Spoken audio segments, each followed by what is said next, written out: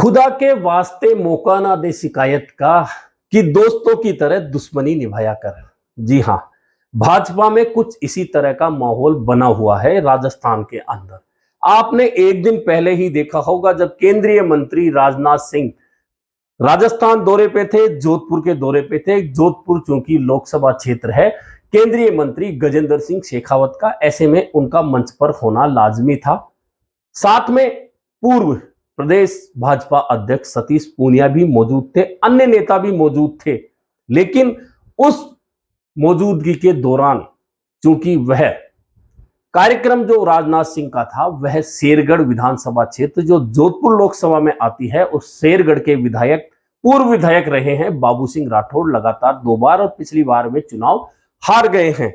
तो बाबू सिंह राठौड़ जब मंच से अपनी बात रख रहे थे तो एक इशारा होता है जो कैमरे में कैद हो जाता है। उसके बाद का पूरा घटनाक्रम कैमरे में कैद हो जाता है कि किस तरह से 2 व्यक्ति आते हैं और बाबू सिंह राठौड़ से माइक छीन लिया जाता है। वे कहते हैं कि उन्होंने राजनाथ सिंह जी से इजाजत ली है, लेकिन अनसुनी किया जाता है और उनसे माइक छीन लिया जाता है, छीना झपटी होती है।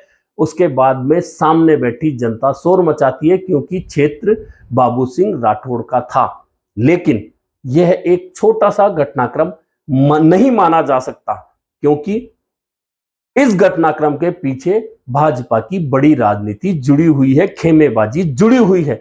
भले ही भाजपा इससे इनकार करे, लेकिन इस खेमेबाजी को आप अलग नहीं रख सकते। अलग इसलिए नहीं रख सकते क्योंकि फिलहाल भाजपा में जो परिस्थितियां बनी हुई है उसमें ना चाहते हुए गुटबाजी सामने नजर आ जाती है, स्पष्ट नजर आ जाती है। अब भले ही शुरुआत उस गुटबाजी की कोई भी करे, लेकिन गुटबाजी है और नजर आ रही है, ये तय है। दरअसल कल के घटनाक्रम की बात आप बता दें, उससे पहले आपको फ्लैशबैक में जाना होगा। दरअसल बाबू सिंह राठौड़ वसुंधरा राजे खेमे के विधायक थे और अभी भी वे नेता वसुंधरा राजे खेमे के ही हैं। ऐसे में जोधपुर में गजेंद्र सिंह शेखावत कैसे चाहेंगे कि वसुंधरा राजे खेमे का कोई भी विधायक, पूर्व विधायक अपनी बात बोले, जनता में फिर से नेता के रूप में स्थापित हो। दरअसल ये कहानी इसलिए है कि याद करिए अप्रैल 2018 में जब भाजपा के प्रदेश अध्यक्ष पद से अशोक परनामी का इस्तीफा लिया गया था और तय हो गया था कि गजेंद्र सिंह शेखावत प्रदेश भाजपा के अध्यक्ष बनेंगे। लेकिन उस समय वसुंधरा राजे मुख्यमंत्री थी और वसुंधरा राजे की चाहने के अलावा किसी को प्रदेश अध्यक्ष बनाया जाता और किसी ऐसे नेता को बनाया जाता जो आगे जाकर वसुंधरा राजे को चुनौती दे। वसुंधरा राजे उसे कैसे अध्यक्ष बनने देती और वैसा ही हुआ जब वे धौलपुर जाकर बैठ गई और गजेंद्र सिंह शेखावत भाजपा प्रदेशाध्यक्ष पद से चूक गए। यानी कि वह अदावत अब तक यूं ही बरकरार है। राजस्थान में भाजपा हार गई। वसुंधरा राजे अब भाजपा की राष्ट्रीय उपाध्यक्ष हैं, लेकिन उनकी वह भूमिका कहीं भी फिलहाल नजर नहीं आ रही जो हमेशा से नजर आती थी और वे भी चुप्पी साधे बैठी हैं। हां, देर सबेर कभी कभार वे दिल्ली नजर आ जाती हैं, कुछ कार्यक्रमों में नजर आ जाती है, लेकिन उस भूमिका में नजर नहीं आ रही है जो चुनाव से ठीक पहले होनी चाहिए। यानी कि अभी यह परिस्थितियां भाजपा में बनी हुई है कि किसी तरह से वसुंधरा राजे को अलग थलग रखा जाए। दूसरी ओर सारे नेता हैं, हालांकि यह भी स्पष्ट है कि भाजपा में फिलहाल भैरव सिंह शेखावत के बाद में वसुंधरा राजे ने खुद को साबित किया था, लेकिन वसुंधरा राजे के बाद में फिलहाल पिछले 4.5 साल में भाजपा के प्रदेश राजस्थान में एक भी नेता ऐसा नहीं हो पाया है जो वसुंधरा राजे के मुकाबले का बन सके। ऐसे में वसुंधरा राजे को क्या इस तरह के छोटे मोटे वाक्यों से या उनके समर्थक विधायक और पूर्व विधायकों को अलग थलग रख के कार्यक्रमों में इस तरह से माइक छीन करके कमजोर दिखाया जा सकता है, अलग दिखाया जा सकता है, और वह भी केंद्रीय मंत्री की मौजूदगी में, राजनाथ सिंह की मौजूदगी में। तो वाकया सिर्फ यह नहीं है कि शेरगढ़ के पूर्व विधायक से माइक छीना गया, असल अदावत वहीं से चल रही है।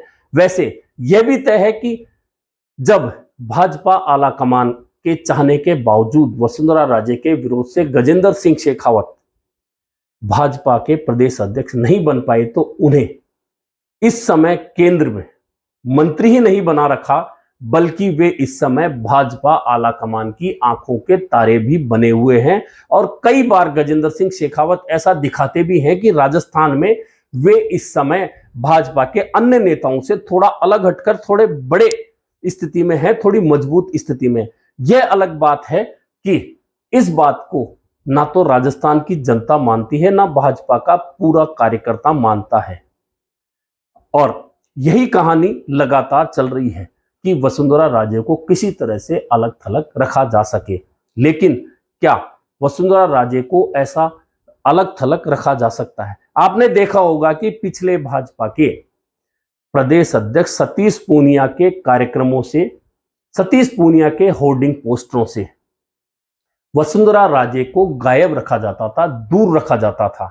वहीं बदले में वसुंधरा राजे के समर्थक जो भी कार्यक्रम करते थे जिनमें वसुंधरा की मौजूदगी होती थी, वहां से प्रदेश अध्यक्ष होने के बावजूद सतीश पूनिया के पोस्टर होर्डिंगों में कोई जगह नहीं मिलती थी। ऐसे में आप समझ सकते हैं कि वसुंधरा और अन्य भाजपा नेता एक तरफ, वसुंधरा राजे एक तरफ, यही इस समय माहौल चल रहा है। हालांकि बीच बीच में वसुंधरा राजे कभी दिल्ली में, कभी कुछ कार्यक्रमों में या अपने समर्थकों के कार्यक्रम में नजर आ जाती हैं।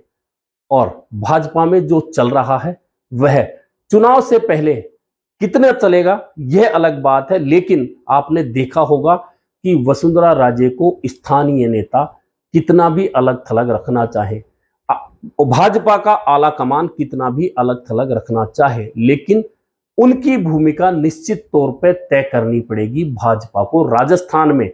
और इसकी भूमिका भी बन गई है। और आपने देखा होगा कि जब पिछले दिनों प्रधानमंत्री नरेंद्र मोदी का अजमेर दौरा था, तो भाजपा मुख्य पोस्टर में लौटी थी। जो मंच पर मुख्य पोस्टर लगा था उसमें भाजपा प्रदेश अध्यक्ष के नाते प्रदेश अध्यक्ष का पोस्टर में होना जरूरी था, नेता प्रतिपक्ष का पोस्टर में होना जरूरी था, लेकिन वसुंधरा राजे का पोस्टर में लौटकर आना महत्वपूर्ण था। यानी कि कर्नाटक में चुनावी हार के बाद में वसुंधरा राजे भाजपा के मुख्य पोस्टर में लौटी थी। और इसका कारण यह है कि कर्नाटक में भाजपा को अच्छी तरह याद है कि येदियुरप्पा की नाराजगी उस पर किस तरह से भारी पड़ी, जब प्रधानमंत्री नरेंद्र मोदी, भाजपा के अन्य नेता अमित शाह सहित लगभग केंद्रीय मंत्रियों की बड़ी फौज ने वहां पर पूरा दम लगाया, लेकिन भाजपा की सत्ता उनके हाथ से निकल गई। और भाजपा हिमाचल के बाद में कर्नाटक गंवा चुकी है इसी साल। और अब 3 महत्वपूर्ण राज्यों में चुनाव है, छत्तीसगढ़, मध्य प्रदेश और राजस्थान। और इन तीनों में से सबसे ज्यादा आस अगर भाजपा को कहीं से है तो वह राजस्थान से है। लेकिन राजस्थान में वसुंधरा राजे को अलग थलग रखकर भाजपा यह आस पूरी कर पाए, इतना आसान नहीं है। हालांकि एक बात बहुत तय सी है राजस्थान में कि राजस्थान में सरकार बदलने की जो परंपरा है फिलहाल बदलती नजर नहीं आ रही है। वैसे भी भाजपा के साथ एक प्लस पॉइंट राजस्थान में हमेशा से है कि यहां का जो जातिगत समीकरण है वह भाजपा के पक्ष में बहुत ज्यादा रहता है। यही कारण है कि भाजपा हारने के बावजूद 36 से 37% वोट अपनी जेब में रखती है। और उसके सीटों का संख्या जो रहता है वह 70, 72, 76, 78 तक रहता है हारने के बावजूद। और जब कांग्रेस हारती है तो उसका वोटों का प्रतिशत 32, 33, 34 तक सिमट जाता है। यानी कि जब कांग्रेस हारती है तो वह बहुत बुरी तरीके से हारती है, उसकी 100 सीटें कम हो जाती है। ऐसे में एक बात राजस्थान भाजपा के पक्ष में जाती है कि भले ही भाजपा किसी भी बुरी स्थिति में हो, लेकिन पिछले 4 चुनावों में जो वोट प्रतिशत है, जो वोटों के समीकरण है, जो जातिगत समीकरण है, वे भाजपा के पक्ष में रहते हैं और भाजपा कांग्रेस से आगे रहती है। ऐसे में पिछली बार जब 1,70,000 वोट भाजपा को कम मिले थे तो कांग्रेस ने सत्ता जरूर बना ली लेकिन बहुमत नहीं मिला और सिर्फ 99 सीटों पर कांग्रेस अटक गई थी। यह बात भी भाजपा बहुत अच्छी तरह से जानती है। लेकिन भाजपा 2 प्रदेश हारने के बाद में अब अपने किसी खास नेता और वसुंधरा राजे जैसे नेता को अलग थलग रखे ऐसा लगता नहीं है। यही कारण है कि प्रधानमंत्री की रैली के मुख्य पोस्टर में वसुंधरा राजे की वापसी हुई थी। लेकिन दूसरी ओर भाजपा के तमाम नेता कतई नहीं चाहते कि वसुंधरा राजे अपने पुराने रोल में आए और वसुंधरा राजे फिलहाल तो चुप्पी साधे बैठी हैं और कहा जा रहा है कि 2 जुलाई को कोटा में उनके समर्थक पूर्व विधायक प्रहलाद गुंजल जो कार्यक्रम कर रहे हैं उसमें एक बड़ा शक्ति प्रदर्शन करने की तैयारी है, वह एक अलग बात है। लेकिन कल का जो घटनाक्रम हुआ है उस सारे घटनाक्रम के पीछे वही गुटबाजी और अदावत है। हालांकि भाजपा चाहेगी कि यह गुटबाजी भले ही रहे, इसलिए भाजपा गुटबाजी रहने के बावजूद कभी भी नहीं चाहेगी कि मंचों से यह नजर आए। इससे पहले आपने यह भी देखा होगा कि गुटबाजी का नजारा वह भी था जब प्रधानमंत्री को डोसा आना था, पहले कार्यक्रम नांगल में रखा गया और उसके बाद में वह कार्यक्रम की जगह बदल दी गई और उसके पीछे हाथ माना गया उस वक्त के प्रदेश अध्यक्ष सतीश पूनिया का, क्योंकि सतीश पूनिया और डॉक्टर किरोड़ी लाल मीणा की अदावत कही गई थी। उसके बाद में जयपुर में एक कार्यक्रम भाजपा का हुआ था, उस समय किरोड़ी समर्थकों ने सतीश पूनिया की मुर्दाबाद के नारे भी लगाए थे। यानी कि भाजपा में गुटबाजी बहुत स्तरों पर है। लेकिन अब चुनाव बिल्कुल सर पे हैं, चुनावी बेला आ चुकी है। भाजपा की कोर कमेटी की एक बैठक हो चुकी है जिसमें वसुंधरा राजे नदारद रही थी और अब भाजपा अपनी रणनीति जल्दी ही बनाने जा रही है। कल राजनाथ सिंह आए थे, आज जेपी नड्डा भाजपा के अध्यक्ष राजस्थान में हैं। यानी कि भाजपा अब अपनी तैयारी में जुट गई है। लेकिन इस तैयारी में इस तरह की गुटबाजी यदि मंचों से दिखाई देगी तो उसका नुकसान निश्चित तौर पर भाजपा को होगा। ऐसे में ना चाहते हुए भी भले ही सभी नेता वसुंधरा राजे खेमे को अलग थलग करना चाहें, भले ही भाजपा के केंद्रीय आलाकमान की आंखों के तारे गजेंद्र सिंह शेखावत हों, लेकिन वसुंधरा राजे को कमतर आंकने की भूल भाजपा बिल्कुल भी नहीं करेगी। क्योंकि हिमाचल के बाद कर्नाटक खोना और अब अगर राजस्थान में चूक हो गई भाजपा से तो लोकसभा चुनाव में इसका असर होना तय है।